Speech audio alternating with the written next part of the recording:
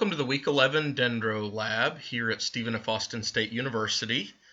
This is the fourth and final lab for this semester. I'm recording this on April 13th in response to the coronavirus pandemic. This week we'll be covering 16 species. I've combined what's normally weeks 11 and 12. This lab is normally held on the campus of Stephen F. Austin State University, and it contains 4 native species that we haven't happened to get yet: nutmeg hickory, eastern baccharis, chinkapin oak, and Nuttall oak. The remaining 12 species are all non-natives, most of them ornamental in nature. Of those, many of them are exotic, but not invasive. They don't spread on their own in the wild. However, several of them, such as sacred bamboo, Callery pear, and maybe in the near future at some point sawtooth oak, are invasive and are spreading out in the woods. So you may see them planted, you may see them out in the forest as you walk around. Since many of our species this week are non-native, I'd like to start by discussing a little bit about USDA plant hardiness zones. Because they're non-native, we're not going to be able to talk about a range map for them, so we'll reference the hardiness zone number instead.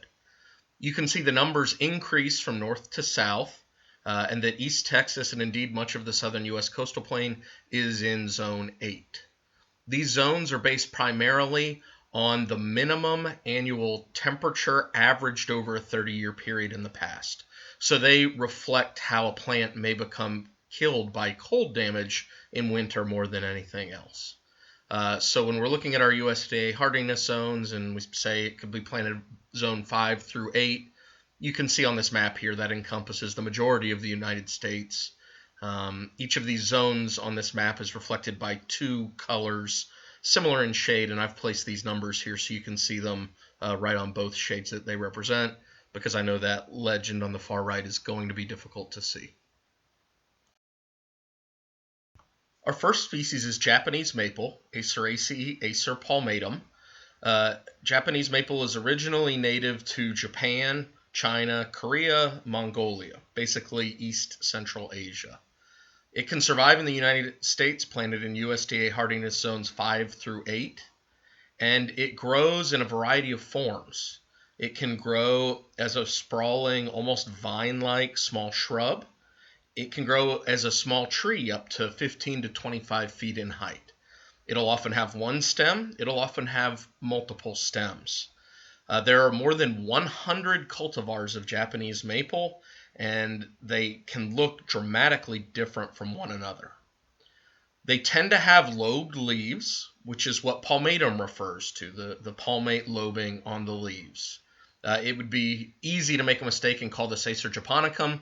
That's a different species. That's actually amur maple, so don't make that mistake. When you look at the leaves, in addition to their various lobing, they can have kind of a purple to reddish or orangish color that's honestly there for much of the summer on some of the cultivars and only deepens into the fall.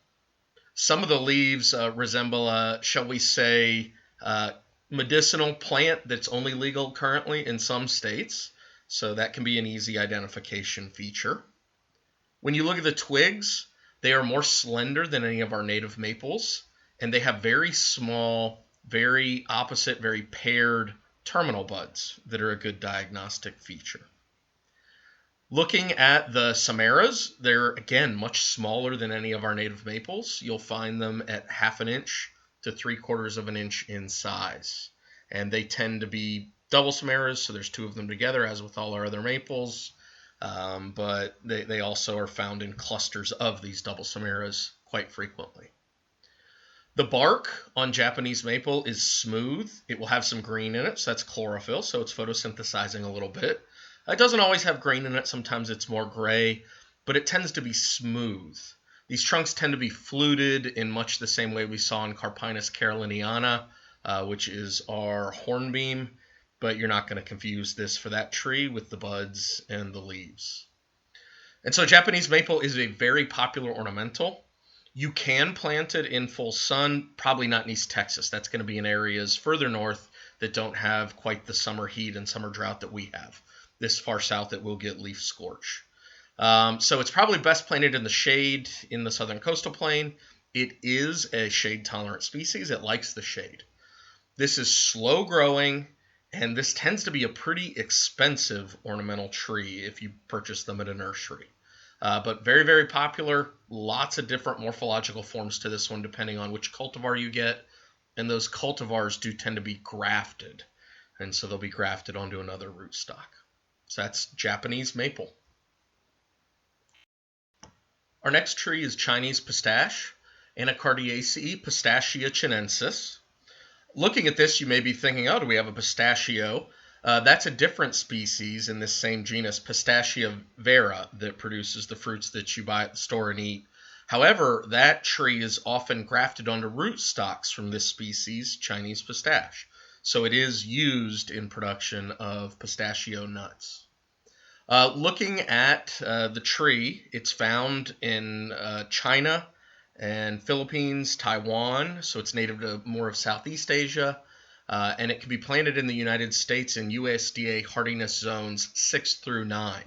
It does very well in zone 8, so this is actually a great and probably underutilized urban tree in Texas. That being said, there are a few examples where it has naturalized in Texas, California, a few other states, so this is a tree that does have some potential to become invasive over time. It's a small tree. It tends to be 35, 40 feet tall. It can grow up to 60 feet, but that is rare. With good pruning practices early on in its life, it will typically have a nice rounded full crown, but it will take you a little bit pruning to get it that way. In terms of identification, looking at this tree, initially, most folks will look at it and think, oh, we have a pecan, maybe we have a black walnut. It looks like something that's in the hickory family, in particular because it has even pinnately compound leaves. So it doesn't have that terminal leaflet that would give it an odd number of leaflets. However, one good distinct feature, if you've got a planted tree and you want to see if it's a Chinese pistache and not a hickory, grab those leaves off, crush them, smell them. They'll smell pretty bad, pungent in Chinese pistache, whereas the hickories don't have a really notable aroma. One reason it's a good ornamental is the brilliant fall color. And so the further north you are within that planted range, as far north as about St. Louis, it'll get really bright red, orange foliage. There are a number of cultivars of this species. Some of them have better fall foliage. The further south you go, the less attractive the fall foliage is, although it's still pretty good in zone 8. The fruits are often very showy if you have them. This is a dioecious species, so the male trees are not going to produce fruits, but if you have female trees, that's when you really look at it and know, oh, we definitely don't have a hickory here. They're in these clusters of drupes that'll start green, and as they continue to develop over the fall and winter, they go kind of orangish and then more of a red when they're ready. They are not edible. Okay, so again, don't think of this as a pistachio. It has a relatively stout twig, as you would expect, to hold compound leaves. The twig might be confusable with some of the hickories, but really what you're looking for is a more triangular black terminal bud, more reminiscent of what we would see on an ash. But this is alternate, so you shouldn't confuse it with an ash. The bark is also an excellent identification feature. It will start off with lots of orange to red lenticels on relatively smooth bark, and then as the tree continues to grow larger and continues to mature, it will become finely scaly like we expect to see on Chinese elm, which we'll go over here in a little bit. Kind of a jigsaw puzzle effect to it. So Chinese pistache is currently being used as an ornamental in the U.S. South. It's probably going to increase in abundance. It handles drought very well. It can handle our warm, hot climate very well here in Texas. So I would expect to see more of these in the coming years. At its typical size, 35 to 45 feet wide and tall. It doesn't get too big. It's good for parking lots, as you see in this photo, and all around a good ornamental, assuming it doesn't become invasive at some point soon. Eastern baccharis in the Asteraceae family is the only member of this family that we're learning this semester. It's a very diverse family, but most of the Asteraceae is made up of herbaceous species that aren't woody. It's Baccharis helimifolia. If you've heard of groundsel tree, that's another typical common name for Eastern baccharis. When you look at identifying Eastern baccharis, the leaves are great. It will remind you a little bit of wax myrtle. It doesn't have the glands on it. It's generally wider than wax myrtle, and it's not going to be aromatic. It is evergreen. You usually don't look at the twigs. The leaves alone are more than enough to get you eastern baccharis in terms of identification. Looking at the stem on it, it will vaguely maybe resemble a bush honeysuckle, where it's going to be gray to tan, stringy ridges, furrows, generally a rough stem. You probably have no idea how much eastern baccharis you really have over much of the southern coastal plain until it flowers. The flowers remind you of many in the Asteraceae, a head inflorescence, where they will disperse their seeds by wind, and it looks white, poofy, very, very obvious when they begin flowering in the fall. Outside of the fall, if you just look at the form on these, they're a shrub that can make it up to about 15 feet tall. Unlike the other species we've discussed so far, eastern baccharis is native. It's native from Texas east to the Atlantic Ocean, and it hugs the coast as far north as Massachusetts. But it is primarily a coastal species. Its range encompasses the entirety of the state of Florida, for example. Eastern baccharis, while native, is a weedy species. Remember that a weed is a plant that's anywhere we don't want a plant to be. And so it tolerates salt very well. It can tolerate heat. It can tolerate drought. It can, tolerate burning and bounce back pretty quickly. It grows primarily from seed, but its seeds are wind dispersed, so it disperses very effectively.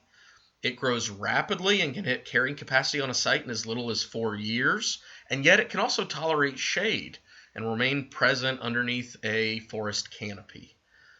Because it's so hardy, it is a species that could be used for mineland reclamation or other reclamation projects. However, when you're looking to restore an ecosystem, it has been documented in some grassland and prairie restoration projects to reduce the diversity of other herbaceous plants. And so it is native, but it can be a problem. Hi, I'm Dennis. And I'm Diane. And you may know us from our work with the doggy shows. You remember that loser doggy. But you know what we like better than loser doggies? Birdies!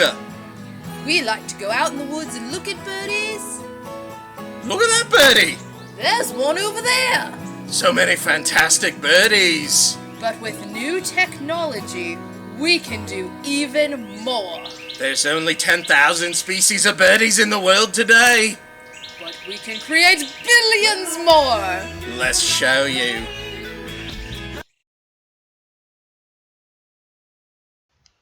Sacred bamboo, Berberidaceae nandina domestica, is often referred to by its genus simply as nandina. Sacred bamboo is originally native to China, Japan, and India. It's very popular ornamental. It'll grow about 2 to 4 feet wide, and it'll reach anywhere between 2 and 8 feet tall, depending on cultivation, usually with multiple stems. This is planted in USDA hardiness zones 6 through 9, where it does really well.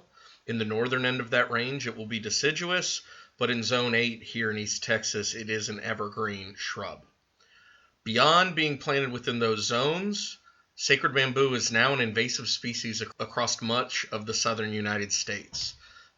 It's found out in the woods from East Texas over to the Atlantic Ocean, as far south as Florida and as far north as Maryland and even Missouri.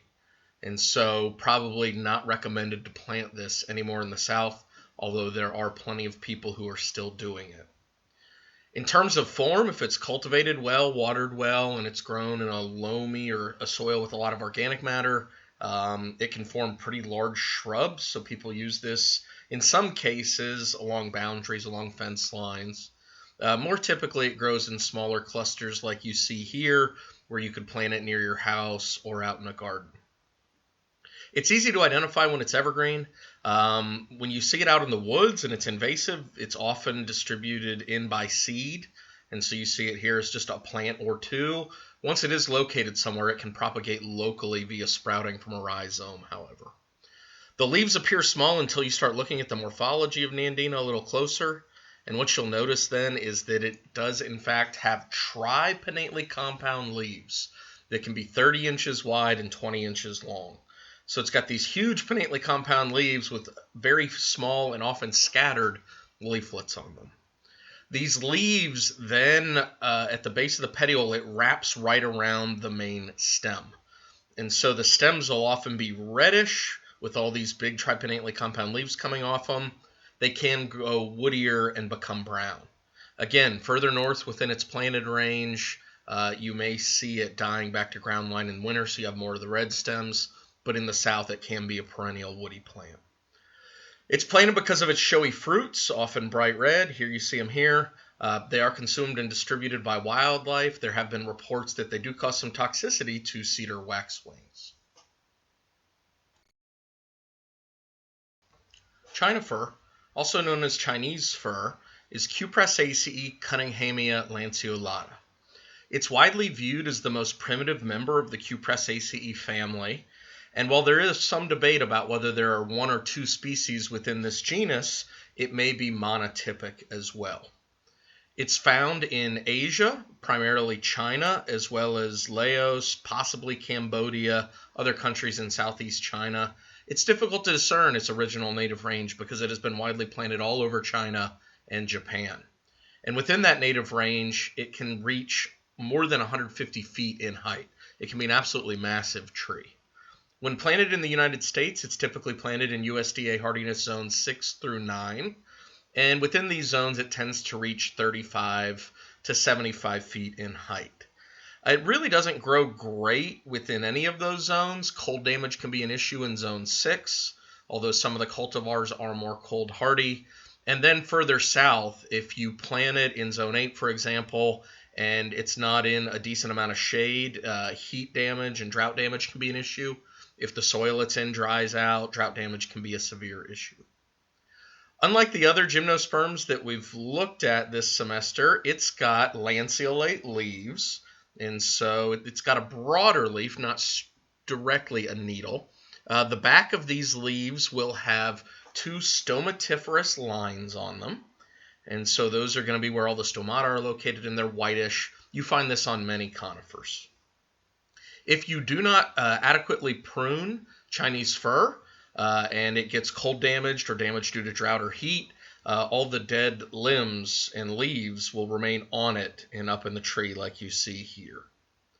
In terms of the cones, the male strobili are small, nondescript, but then the seed cones grow quite large, 1 to 3 inches. You can have them clustered at the ends of the twigs. And then interestingly, sometimes the twig will continue to grow a little bit through the axis of the cone there. So occasionally there will be 1 to 3 inches of live branch sticking out the end. The bark will remind you of many other members of the Cupressaceae in that it's going to be stringy, peely, vertically striped. That's what you would be looking for. It is a decent ornamental in some areas within the United States, again 35 to 75 feet in height.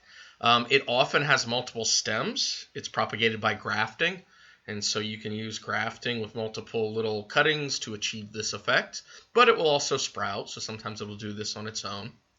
At least one of the cultivars had this white waxy coating on the leaves that we see in many cultivars of popular gymnosperms like Bruce spruce, and later we'll do Deodar cedar. You'll see that in both those species as well. This is just a white wax. You can wipe it off with your finger and find the green leaf beneath.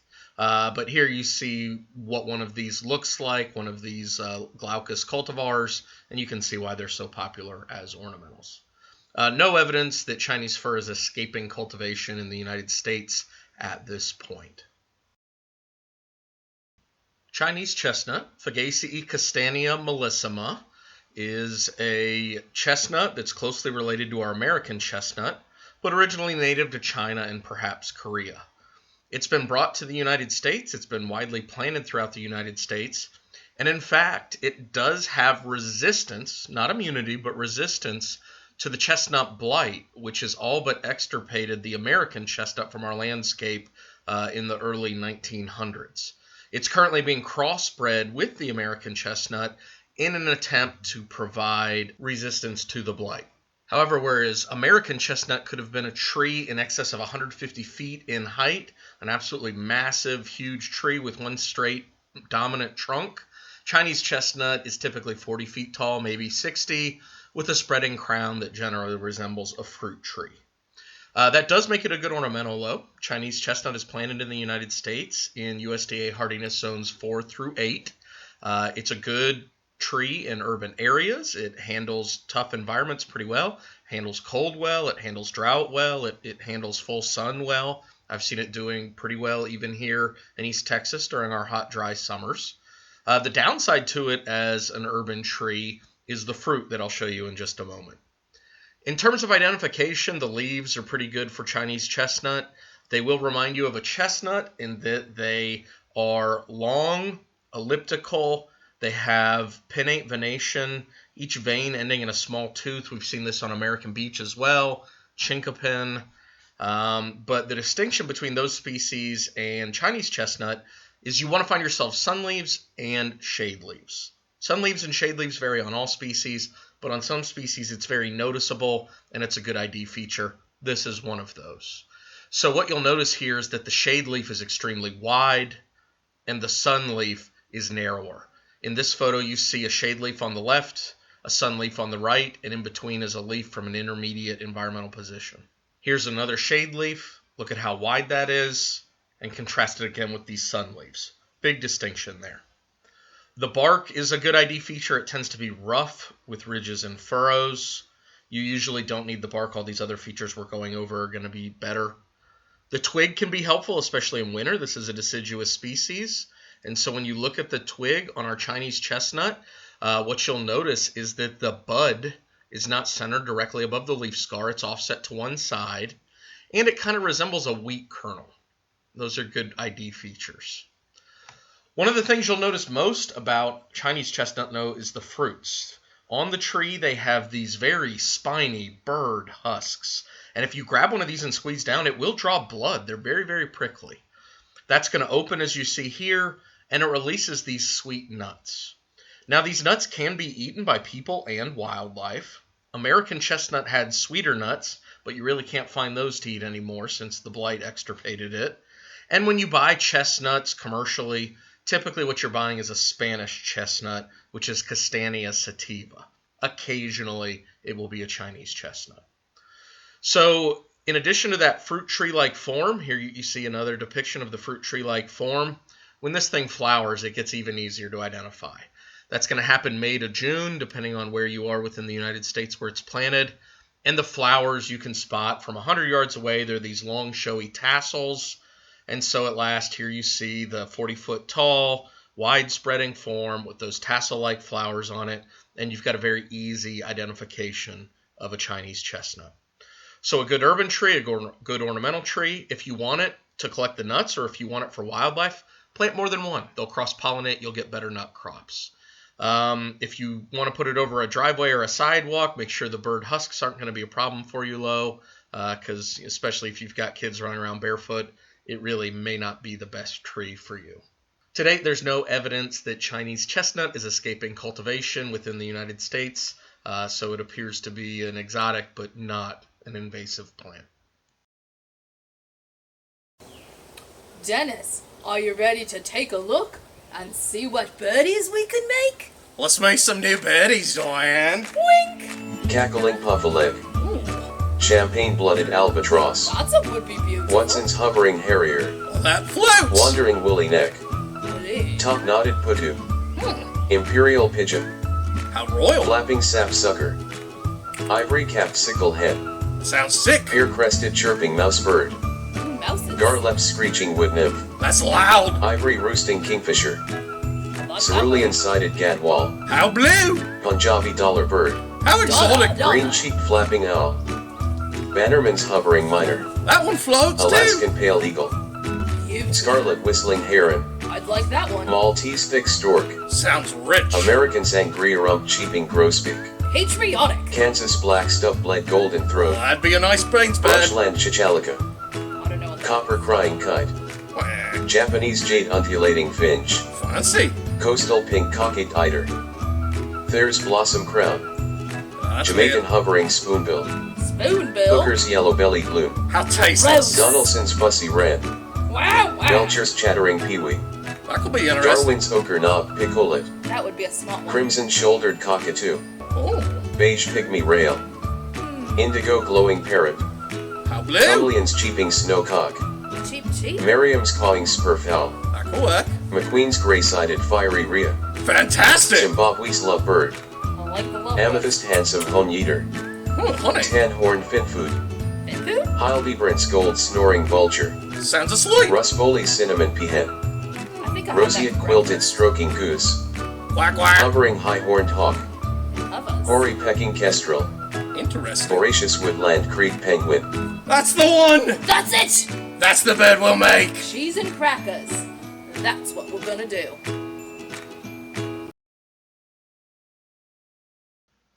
Sawtooth oak, Fagaceae quercus acutissima, is the first non-native oak we're learning this semester. It's originally native to China, Japan, Korea, some regions of the Himalayas. It's actually in the Ceres group of oaks, which is intermediate between the white oak group and the red oak group, and is not a group we've discussed previously. With sawtooth oak, it is widely planted across the United States as both an ornamental and as a wildlife tree, and we'll get into the details on that in a moment. It's recommended for planting in zones 6 through 9, so you can see here on the map that may be as far north as Wisconsin and as far south as South Texas. So it has a pretty broad range where it can be established within the United States. Acutissima refers to the sharp serrations or teeth you see on the edge or margin of the leaf at the end of each vein. This is a much longer, more narrow leaf than American beech, which might look similar to this. Same is true for the chinkapin oak we'll learn here in a moment. You could confuse it maybe with an Allegheny chinkapin, but we'll look at the buds on this, and that's going to be a pretty clear distinction. So with the leaves, they're an excellent diagnostic feature. Shade leaves will be a little wider and a little less toothed, but all in all, they're going to be easy to spot. Another thing I commonly notice first when I'm walking through the woods and come across a sawtooth oak, because this will be planted out in the woods, you don't just find it in urban landscapes, it has noticeably darker bark than just about any other oak we've got. Maybe not darker than blackjack oak or bluejack oak, but it's also not quite that rough. So you notice the really dark bark and you notice the prominent orange coloration down in the bottom of the furrows. And so even when you're looking up the tree, the rough dark bark is a great feature. Now looking at sawtooth oak, it has been planted and highly recommended as a wildlife tree for the past 25 or more years. There's a couple reasons for that. Here you see the acorn, and these acorns are really notable. They've got this spiny bird husk that covers 2/3 of the acorn, so that cap makes them very easy to identify. But the two other things that are important about the acorns, one, the trees produce them young, sometimes as young as 10 years, which is earlier than many of our native oaks. So that makes them preferred for planting for wildlife. Two, because this oak is not native to North America, they actually will mast a little bit earlier in the year than most of our native species of oaks. So they produce a mast crop there earlier, and that makes them favorable for wildlife. While they have been recommended for planting for wildlife for a long time, they are now considered invasive or have the potential to be invasive. They've been declared invasive in states like Wisconsin, and it's no longer recommended that they be planted by most state wildlife agencies and other organizations. Now, if you want to avoid confusing a sawtooth oak with a chinkapin or one of the Chinese chestnuts we just looked at, look at the buds. The chestnuts have single terminal buds, and they have weak kernel-looking buds that are off-centered from the leaf scar, whereas sawtooth oak is an oak. It has clustered terminal buds. Here you can see they're reminiscent of cherry bark oak or southern red oak. In terms of form, this makes a pretty decent tree. If it's pruned well within the first 10 years or so, you'll see them planted in folks' yards. You'll see them planted in parking lots. They do have similar issues to what we see with our Callery pear, which we'll discuss here in a moment, where because the trunks may fork, you may get bark inclusions in the fork, and that may cause a weak point in the tree where at 25 years or later, they may suddenly split in half and fall apart. It has been planted popularly as an urban tree. It's tough. It can handle drought. It can handle heat. It can handle pretty difficult soil conditions. It likes acidic soils. The one thing it doesn't handle well is alkaline soils, as with many oaks. If you put them into too alkaline of a soil, they will start developing issues with chlorosis. So sawtooth oak's widely planted. Don't recommend planting it as a forester anymore due to the invasive potential. Chinkapin oak, or Fagaceae quercus muhlenbergii, is one of our native oaks. It's going to be most similar in morphological appearance to swamp chestnut oak, so we'll go over those differences in a moment. It has a really interesting range map. It's native in the northeastern states like New York. It's native in the lake states over much of the central hardwood region, and it ranges south into North Florida.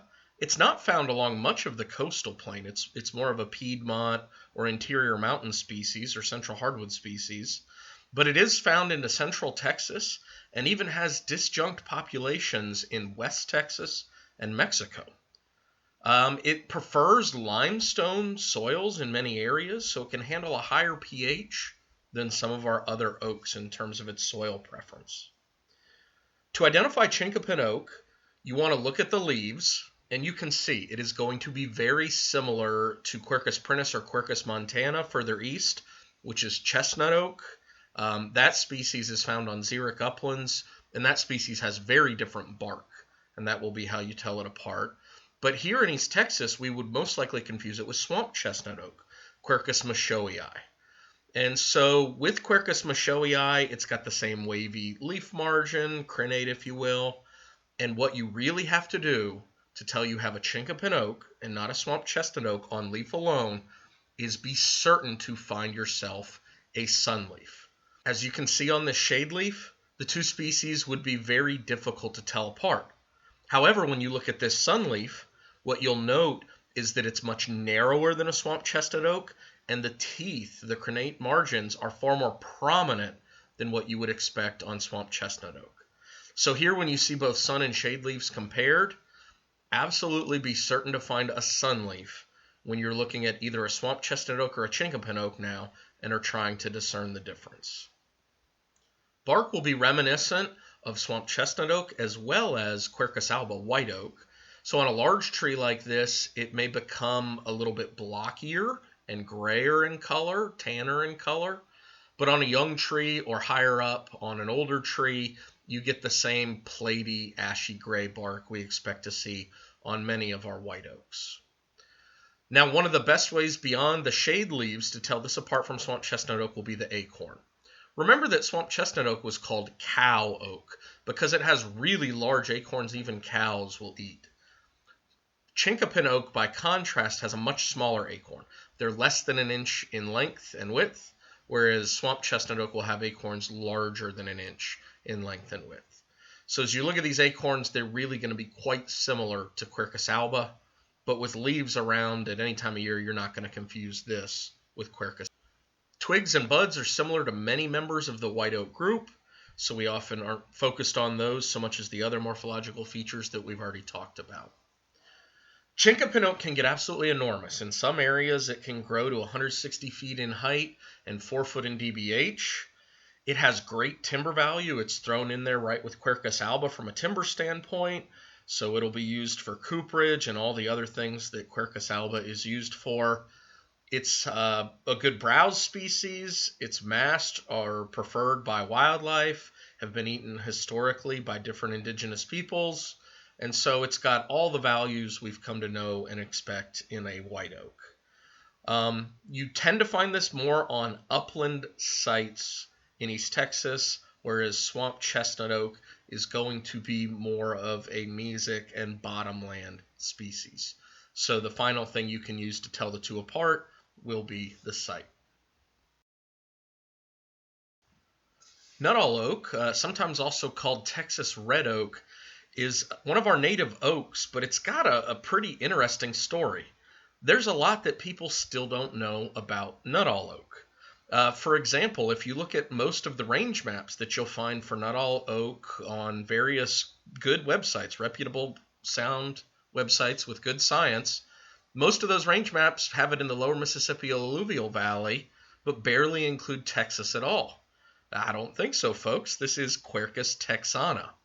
While it will be found on more acidic soils in the lower Mississippi alluvial valley, it's also found in central Texas and east Texas, sometimes on more alkaline soils. So there's a dispute about where this tree is actually even found, which is odd for one of our native species.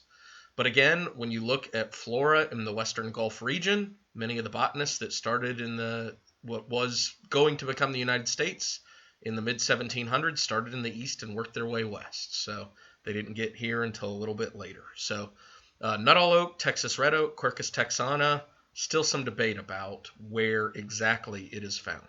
Nuttall oak is going to be very similar to many of our other red oak group oaks.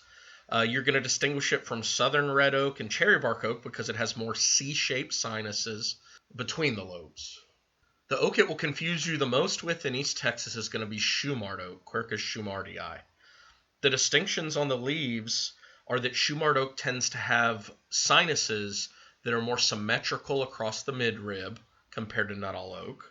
Shumard oak tends to have more lobes than Nuttall oak. And on Shumard oak, the lobes are broken up into more smaller lobes more prominently than what we see on this Nuttall oak. Now, you will notice Nuttall oak's lobes are broken up to some extent, and that's another helpful feature to tell you don't have a southern red oak or a cherry bark oak. On the twigs, the buds will generally be slightly smaller than the other similar species. That can be a helpful feature. The acorns are going to be larger than southern red oak. They're going to be larger than cherry bark oak, but they're comparable in size to Shumard oak, maybe 3/4 of an inch long. Here's a really subtle distinction on the acorns. You pull the nut out of the cap, and you look at the cap scar relative to the color of the nut. And as you see here on a Nuttall oak, it tends to be a dark cap scar and a dark nut. Where this Shumard oak, it would have a lighter cap scar and a relatively darker nut. So that's a really subtle confirmation feature.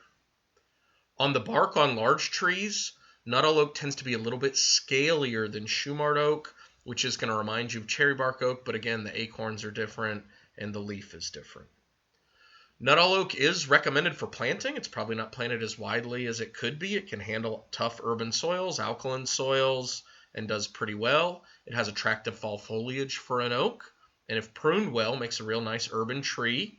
It can be planted pretty far north in the U.S., way further north than its native range, without too many issues with cold damage. And it, if pruned well, will have a pretty good form. It is an important economic component in bottomland hardwood forests. Like cherry bark oak, it has probably been high graded out to some extent, so we may not have a good accurate sense of how frequent it once was in our various bottomlands in Texas and the lower Mississippi alluvial valley. Its wood is sold right alongside cherry bark oak, Shumard oak, as very high quality timber. It can get very large. I've heard reports of trees 6 foot in DBH, in excess of 150 feet in height. You can see in this photo, this is quite a large specimen as well.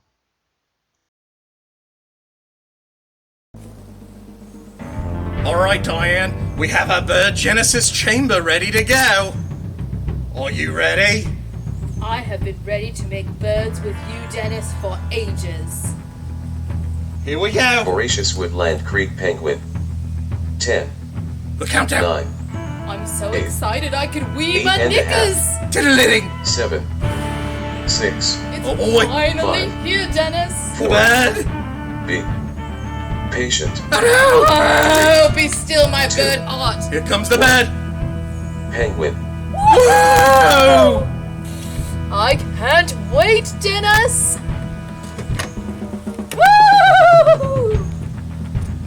Dennis, we've created life together. It's our very own creek penguin. I can't wait. Be still, my heart. Here's your creek penguin. Oh, it's a wiggly one. It's... Oh, no! Dennis, what have you done? This is a nutmeg hickory, Juglanda Caria myristiciformis. The interesting thing about nutmeg hickory is it is one of our rarest trees in the West Gulf coastal region. It has a very disjunct range map across the south and you rarely find them when you're walking around out in the woods. It is a hickory, so it has alternate pinnately compound leaves. We're out here right now in late March, and so you can see it's just leafed out. It still has some catkins on it like all the hickories do, so those are the flowers. These leaves haven't fully expanded yet. They'll get a little bit bigger, and the good ID feature on the leaves that you'll see for a nutmeg hickory, you can kind of see it on the surface of these leaves here. They have very small silver dots all over the top surface of the leaf. And so that's going to be your best ID feature on a nutmeg hickory. You notice them even more on the back. The leaves are kind of silver in color. And so looking at that, that's real helpful to identify it. If we go look at the bark on our nutmeg hickory, you can see it's very smooth bark for a hickory. So it does have the anastomosing or interlacing diamond-shaped ridge pattern, but it's very smooth for a hickory that is this big. This one's about 8 inches DBH. We have some old nuts on the ground here from our nutmeg hickory. So this is half of one. So they're smaller. They are prized by wildlife. It's called nutmeg hickory because of the sweet meat to the nuts. They're not going to be as good as Carya illinoinensis, our sweet pecan, but wildlife will eat them.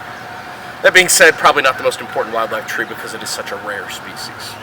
This particular tree right here was planted outside the Arthur Temple College of Forestry and Agriculture by Victor Ballon, who did a lot of research on forest ecophysiology in East Texas in his time as a professor here. Crepe myrtle, Lythraceae lagerstremia indica, is originally native to the Himalayas, India, and China, and it has been widely planted in the southern U.S. in particular. It handles hot, really dry climates very well, and one of its chief features is that it will flower in the summer, from June through September. So it flowers during a period when very few other things are flowering here in the south. In terms of planting, it's recommended for zones 6 through 9. It can get a little bit of cold damage further north, but does very well across the entire southern coastal plain from Texas to the Carolinas and even Virginia. Depending on the cultivar, its flowers can be red, purple, as you see here, pink, even white. And the flowers will then be pollinated, fertilized, and you'll see it starting to develop what look like small green grapes on the tree. These are actually capsules, and over the fall and late summer, they will dry out, go to this brown color, and then open along multiple lines of suture, releasing a rain of seeds. Beyond the attractive flowers, crepe myrtles also have very showy stems. The bark tends to be variegated. It tends to be camouflage patterned with different reds, browns, whites, even greens in there. And so on the multiple stems, with the coloration on the bark, that's usually all a student needs in a dendro lab to correctly identify a crepe myrtle. It's a very easy tree.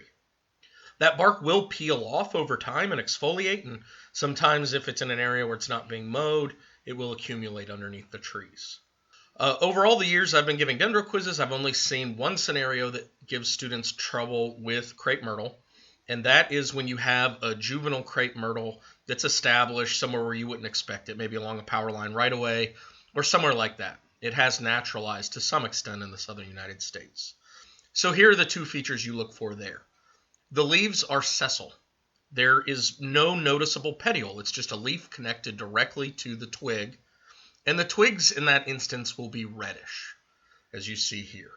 That is the only case I've seen where crepe myrtle is difficult to identify. Crepe myrtles are widely planted across the entire U.S. South. Some of the cultivars will have showy fall foliage. Others, the leaves just go brown on. They can reach up to 40 feet in height, although more typically you'll find them in the 15 to 25 foot range. There are some controversial pruning practices with crepe myrtle, which some folks will refer to as crepe murder.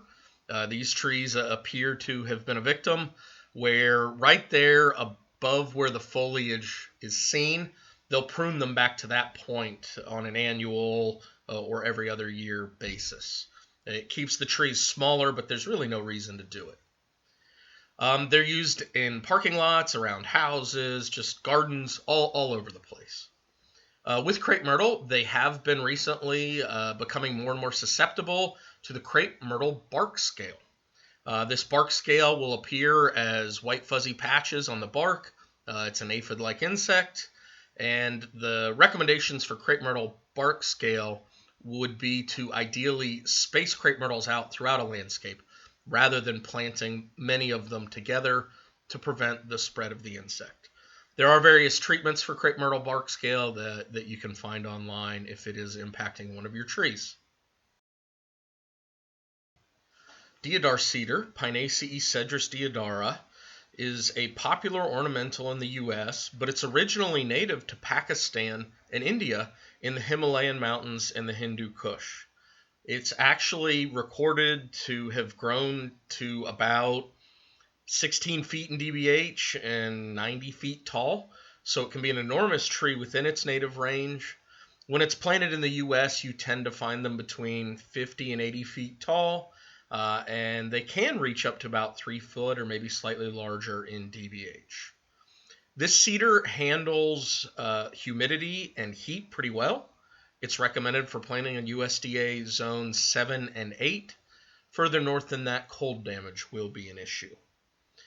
In terms of identification, the only thing you might confuse it with is a larch, but within USDA hardiness zones 7 and 8, there really are not any native larches that are found or larches that survive when planted. So when I say you could confuse it with a larch, it's not deciduous like the larches, but it does have single needles borne on spur shoots, which give it this sea urchin-like appearance. So sometimes the needles will have a bluish look to them because they have a white wax covering them. You can rub that right off and find the green needle. Even when the needles have fallen off the stem, say you have an older branch or a dead tree, you can still identify them from these short shoots, but they are evergreen. You shouldn't need that. The cones are interesting. They're borne upright like a fir tree, and the scales are flat. They're horizontal, so it looks like a stack of small pancakes. Very unique. Maybe an old school beehive is what you'd be looking for. When they're young, the bark will resemble a fir where it has all these blisters on it, full of resin, otherwise smooth. And then as it grows larger, for a while it may resemble a black cherry. And then eventually when it's even larger, it's going to have bark that looks like a hemlock or like a pine maybe, but not quite as platy as a pine. They have good form. They generally have one main stem with branches horizontal off of the main stem. It's best to plant them in areas not near a sidewalk or a street, because if you leave those lower limbs on there, those lower horizontal limbs will get huge with the branches dropping off the bottoms of them, and it'll kind of get real wide like a live oak might in that context. And so it's a real beautiful tree from a form perspective if you can put it somewhere where you don't have to prune it. They're a popular ornamental. You'll certainly find them around. But there is really no risk right now of them becoming invasive or reports of them being invasive. Oh no, Dennis, you've let it get away. I think it's going for the creek. What is this? Is that some kind of dance? What is it doing in that water? This is very rhythmic. What have we created? I think you spooked it. It appears agitated. See it? Look at it, it just destroyed that stick. What have we done? This creek penguin is quite untoward. Where is it going? There it goes. It's coming back our way. Is it looking at us? I think it's made eye contact. Oh, that is intimidating. That is intimidating indeed. The horror. Callery pear, Rosaceae pyrus calleriana, may be better known to many of you as Bradford pear. Callery pear is the species, and there are many cultivars of Callery pear. The cultivar Bradford pear is by far the most commonly known, widely recognized, and widely planted. Callery pear can be planted in the U.S. in USDA hardiness zones 5 through 9, so it's very broadly distributed across the U.S.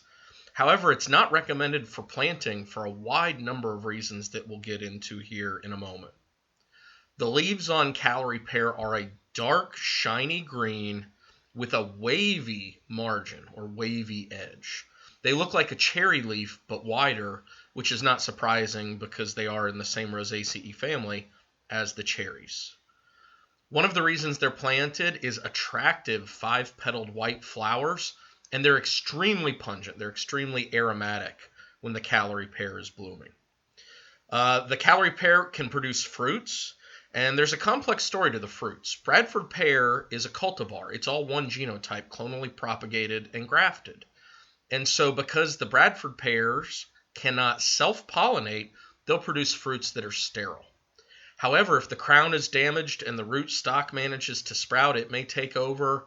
And then there's also other cultivars and other similar species that it can hybridize with, all of which can result in the production of non-sterile fruits. And that's one reason that Callery pear is now considered invasive in much of the eastern United States.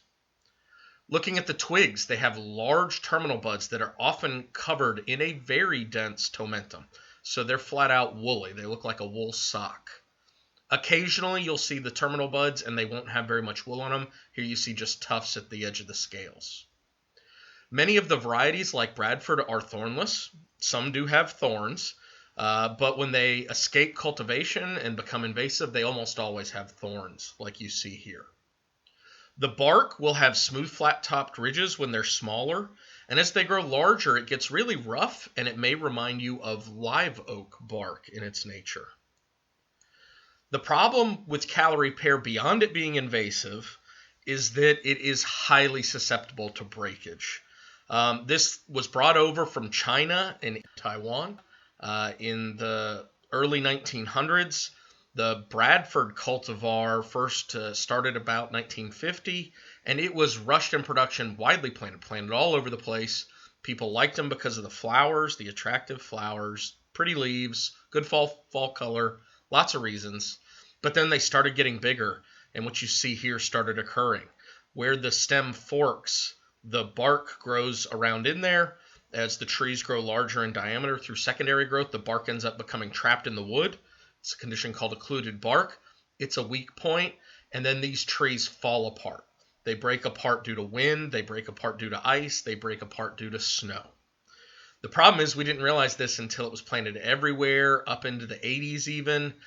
Here you see a shot of a neighborhood just lined with Callery pears.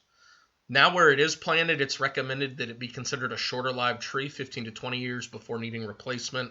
Otherwise, it'll break apart. If it's over your driveway or the street, it may fall on a sidewalk, a car, and it can cause real problems. Callery pear has gotten such a bad reputation. I've heard people claim that it preferentially uptakes iron from the soil, which makes it more susceptible to being struck by lightning. I've seen no scientific evidence or data on this, but I think the mere fact that that anecdote exists shows you how much many people dislike Callery pear today. You probably don't realize how much of an invasive pest it is until March in the south or April further north as you start driving around when it's flowering, and you will notice in some areas they are absolutely everywhere on roadsides, disturbed areas, etc.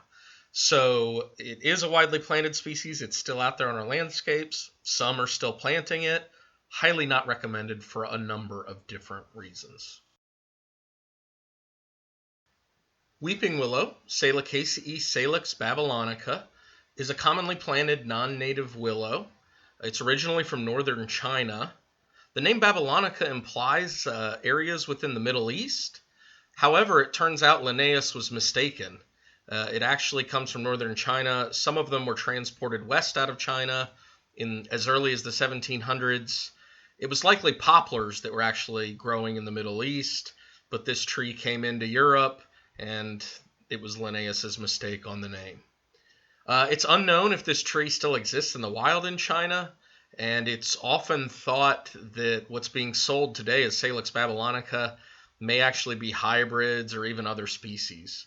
The willows are so difficult to tell apart. Most folks who teach dendrology, we can't even tell them apart. You need floral anatomy. It's very difficult. The willows are all dioecious, including Salix babylonica. This is planted in USDA hardiness zones 6 through 8, and it's invariably planted near water. How you're going to distinguish this from our native black willow, if you look at the leaves, they are the same. Long, linear, typical willow leaves. If you look at the twigs, they're very similar. You can tie them in a knot, you can tie them in a bow. They're very flexible. The buds are oppressed or stuck up against the twig. If you look at the bark, it's rough like the other willows. It's not going to peel in vertical plates to the same extent that you do see on black willow. But really, the main distinction between black willow and weeping willow in the U.S. South is that black willow is native and is rarely planted, whereas weeping willow is exotic, not known to be invasive, and is frequently planted, very typically near a pond, a lake, or some other body of water. And so if you have a planted willow, it's weeping willow most likely, although we are uncertain on what species this may be. For lab purposes this semester, we'll go with Salix babylonica.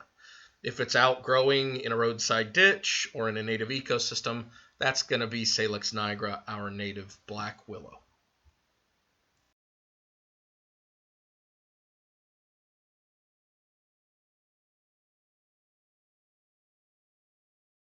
I wonder what they eat. Oh my goodness, it's fantastic! I wonder where they sleep. Oh mighty, it's magnificent! Do you think it's native? I wonder how they got here. What do you think it eats, Dennis? Dennis, what do you think? I wonder if they have any natural predators. Dennis, do you think my inappropriately high boots for the woods will protect me from it? I don't think they're carnivorous, do you? Dennis, do you think the bird can fly? Do you think my boots will protect me, Dennis?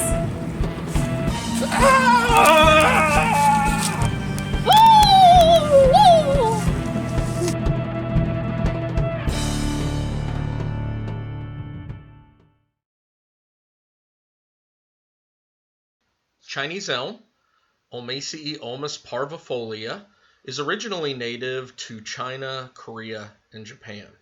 It's a very popular ornamental across the United States, namely for its dichotomous branching pattern. The main trunk splits into two large branches, which each split into two more, so on and so forth, and the end product of that is a great rounded or vase-shaped crown on this tree, which can reach 40 or 50 feet in height. So it's an excellent ornamental species. It's broadly distributed in its planting in the United States, surviving in USDA hardiness zones 4 through 9. So that really is much of the country.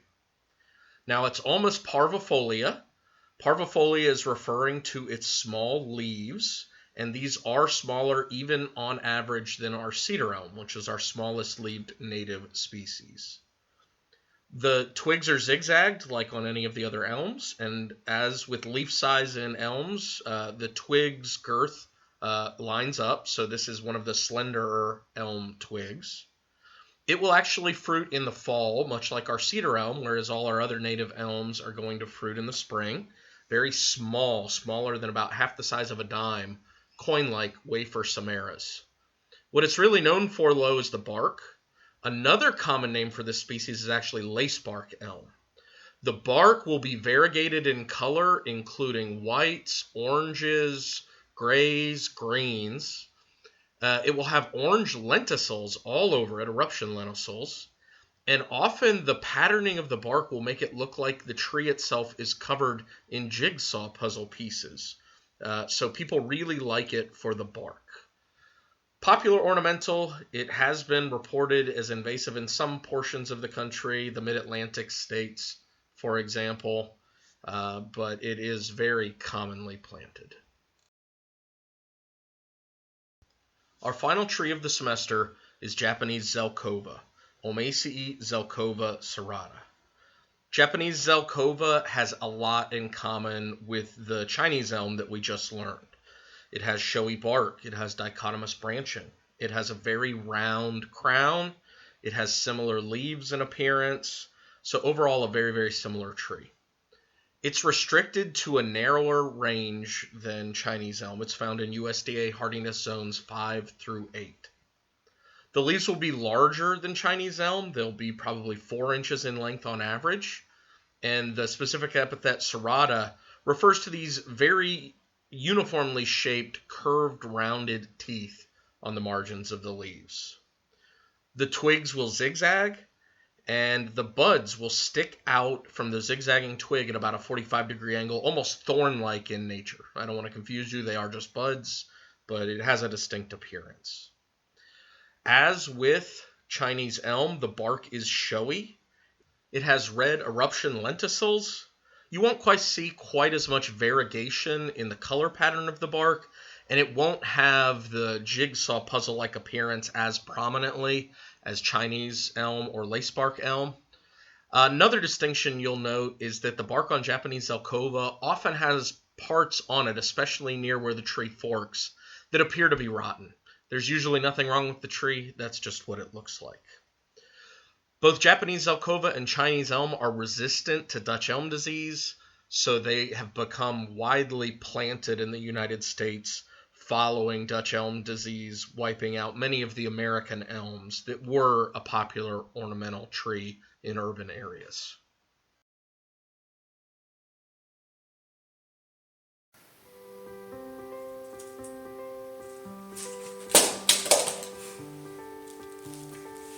Thank you, arachnid person, for my tree art. I'll hang it on my wall.